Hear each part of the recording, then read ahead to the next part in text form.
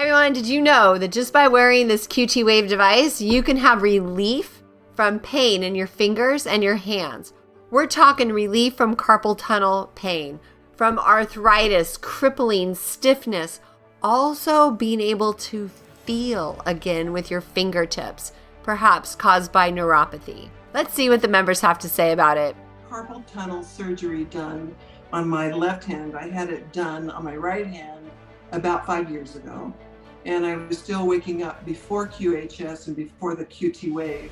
I was waking up in the middle of the night, having to shake it because it was numb and it was hurting. And I have no problems with it at all now. I was driving in the car and I had a little cup in the car and it had gotten some liquid on the top of it, but I didn't know it, like condensation. And I just had my hand on it and I thought, I started feeling with those two fingers that I've not been able to feel with in over 3.5 years. And so I completely attribute that to being with the Twine Wave device. In the morning, my fingers would be like this, and I would have to take this one to straighten it up and make it flexible again. But it's gone, it's practically almost gone. That's another testimony I wanted to tell you.